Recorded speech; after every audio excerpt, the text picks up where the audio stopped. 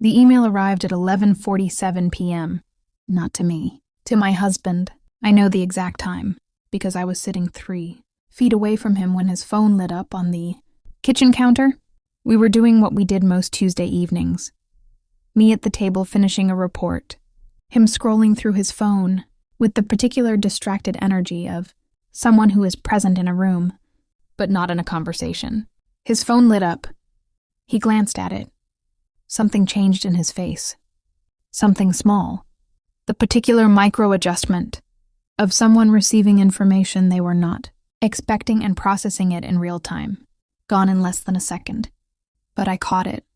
I have always caught things. He put the phone face down on the counter. "Who was that?" I said. "Nobody," he said. "Work." He went to bed 20 minutes later. I sat at the kitchen table for another hour.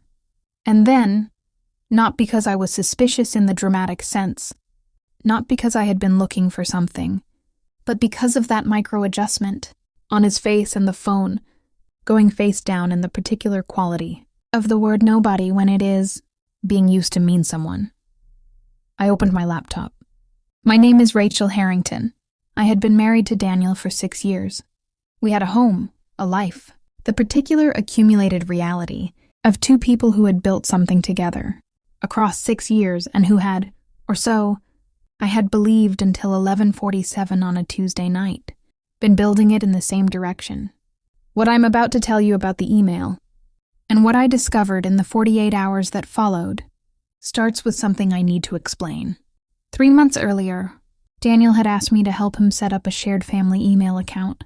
His parents, Gerald and Margaret Harrington, the particular kind of wealthy that does not announce itself, but that is present in every room they enter, had wanted a shared account for family communications, travel coordination, holiday planning, the practical logistics of a family that had properties in multiple locations and whose calendar required coordination. Daniel was not technical. I had set up the account, configured it on his phone, made sure everything was working. And then, because I am thorough and because I had set up the account and because nobody had suggested otherwise, I had left it accessible on my laptop. For 3 months that account had sat in my browser, unopened, because family travel coordination and holiday planning were not things I had any particular reason to read, until 11:47 on a Tuesday, until a face that changed for less than a second, until a phone placed face down on a counter. I opened the shared account. The email that had arrived at 11:47 p.m. was from Gerald Harrington. Subject line, next steps.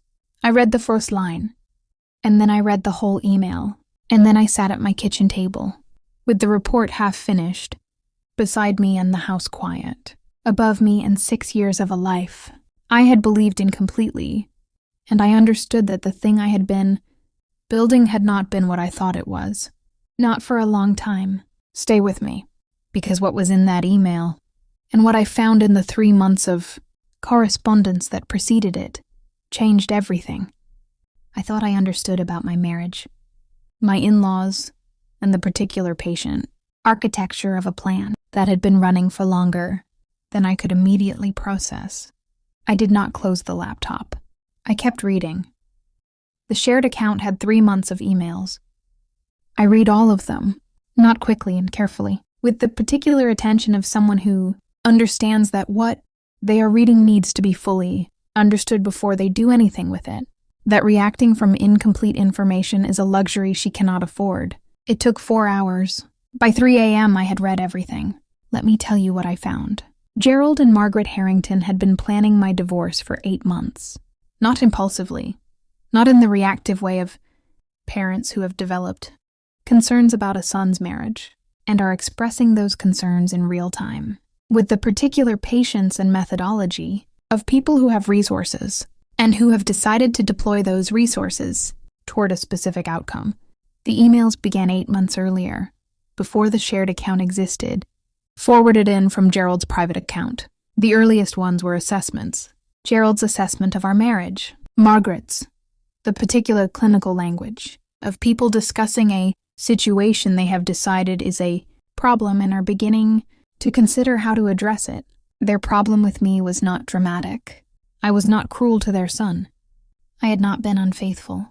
I had not done any of the things that would produce obvious, legitimate concern in a parent. Their problem with me was simpler, and in some ways worse. I was not what they had planned for Daniel. Not from the right family. Not from the right background. Not the particular kind of woman the Harrington family had apparently assumed.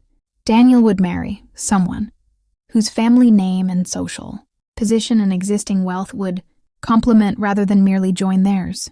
I had built my own career, my own financial position, my own life, independent of them, which they had apparently found concerning rather than admirable, and I had, in 6 years of marriage, not deferred to Margaret in the way Margaret had expected to be deferred to. That was the core of it. I had not deferred. The emails became more specific as the months progressed. Gerald had consulted a family attorney, without Daniel's knowledge initially, then with it, which was the detail, that required the longest time to process. At 2 a.m., the attorney had reviewed our prenuptial agreement, had identified specific provisions, had outlined a strategy for a divorce proceeding that would, if executed correctly, minimize what I received from the marriage. Margaret had been coordinating with Daniel. Not fully, I do not believe. Daniel knew the complete extent of what his parents had set in motion. But enough. He had known there were conversations, had known his parents had concerns, had been, in ways I could now trace through 6 years of small moments I had not correctly understood at the time, slowly repositioned within his own marriage. Margaret had been coordinating with Daniel. Not fully, I do not believe. Daniel knew the complete extent of what his parents had set in motion. But enough. He had known there were conversations, had known his parents had concerns, had been, in ways I could now trace through 6 years of small moments I had not correctly understood at the time, slowly repositioned within his own marriage. The email that had arrived at 11:47 p.m., the one that had put the phone face down on the counter, was Gerald updating Daniel on a meeting with the attorney. Next steps. I sat at my kitchen table at 3 a.m. with 4 hours of correspondence, and the particular weight of someone who has just read the complete version of something she has been living inside without knowing its full dimensions. I did not cry. Not because I was not devastated. I was devastated. In the specific, total way of someone who has discovered that the foundation of something they built their life on was not what they believed it to be. But devastation and function are not mutually exclusive. I had learned that. I closed the email account. I opened a different browser. And I forwarded every email from that account to a private address that I had maintained for years, one that Daniel did not know about, that was connected to nothing shared between us. Then I cleared the browser history. Then I went to bed.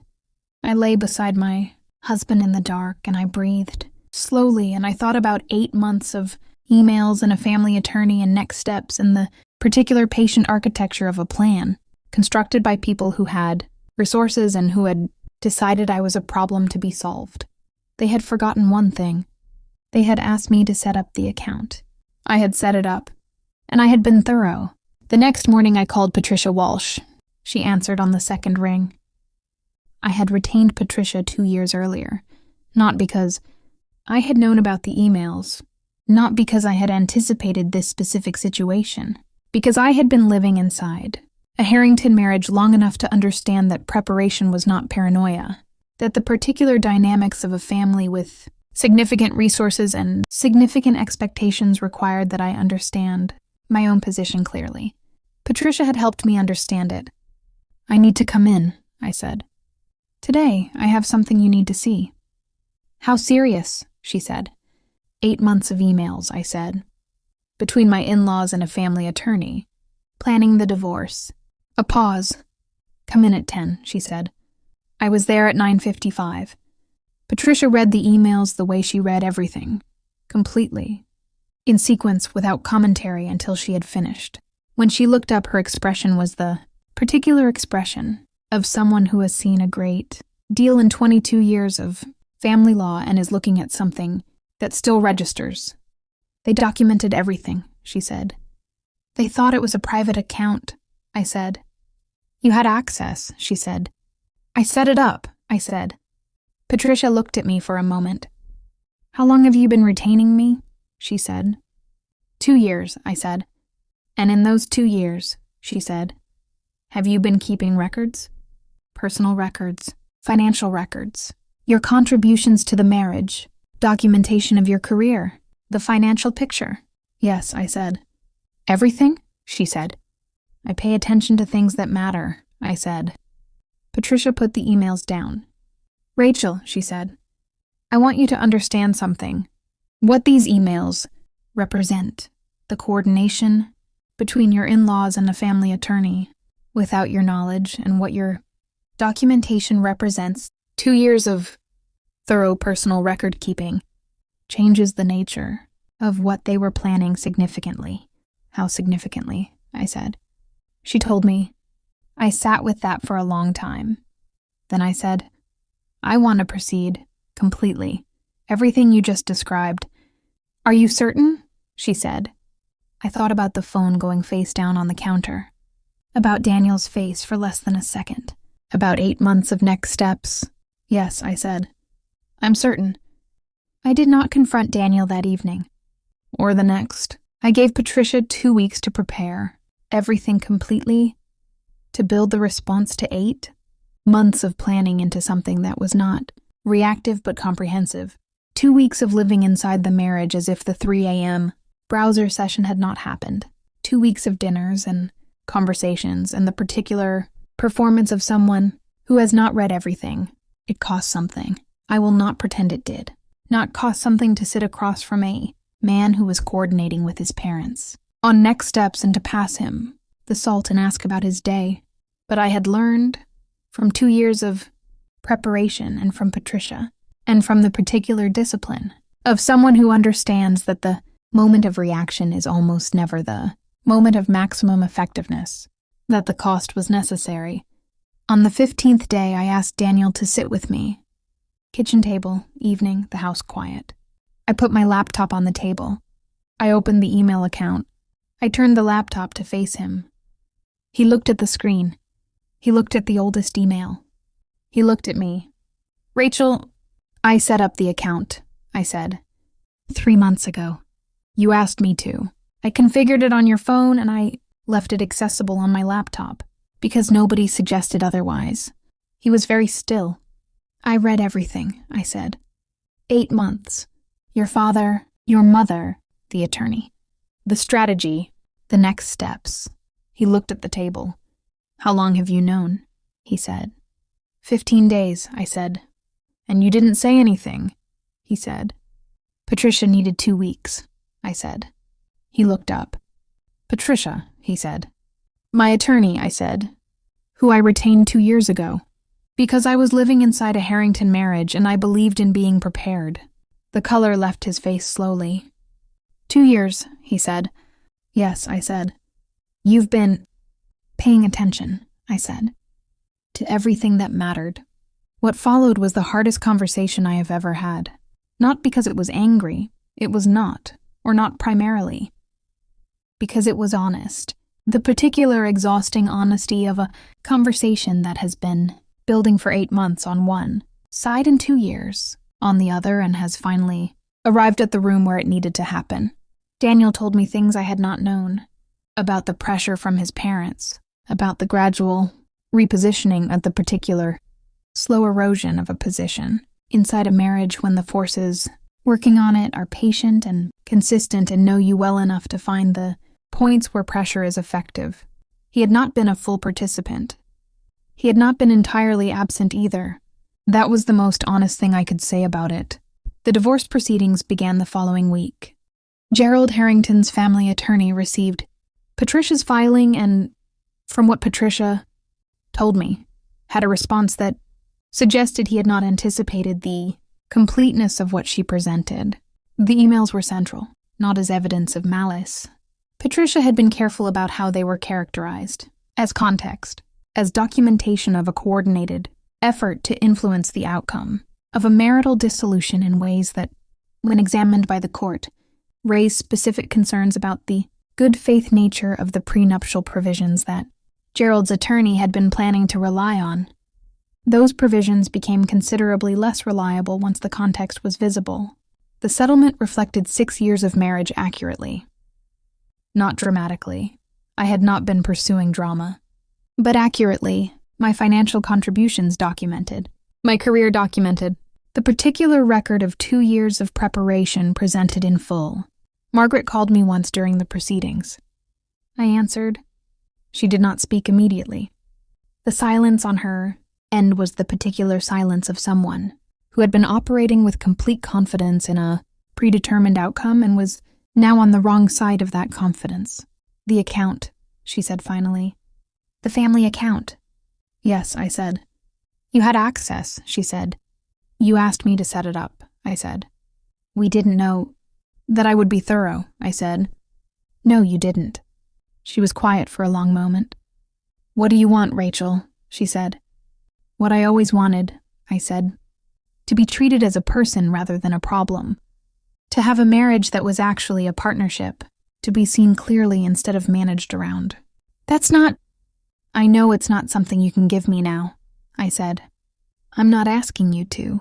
I'm just telling you what it was, so that we both understand what was actually lost here. I put the phone down. I sat in the apartment. I'd moved into 3 weeks earlier. Smaller than the house, quieter, entirely mine. And I thought about 11:47 on a Tuesday night. About a phone placed face down on a counter. About 3 a.m. and 4 hours of reading. And the particular clarity that arrives when you finally see the complete version of something about the account I had set up. About being thorough. I have been in my apartment for 8 months now. It is exactly the right size. I have a garden window in the kitchen where I keep plants. 4 of them. Each chosen deliberately. Each requiring a specific kind of attention. I water them every morning. I pay attention to what they need. They are thriving. Here's what an email at 11:47 p.m. and 4 hours at a kitchen table and 2 years of preparation taught me. The people who plan against you are counting on your unawareness. They are counting on the account being private and the emails being unseen and the attorney, consultations being unknown. They are counting on the gap between what they know and what you know being wide enough to execute a plan before you understand what the plan is. Close the gap. Pay attention to the small things. Retain the attorney before you need one. Keep the records that seem unnecessary. And when someone asks you to set up an account, be thorough. My in-laws planned my divorce. They documented every step. They forgot I had set up the account. They forgot I had access to every email. And they forgot, most importantly, most fatally, that the woman they had been planning around for 8 months had been preparing for 2 years. The plan ended. Mine continued.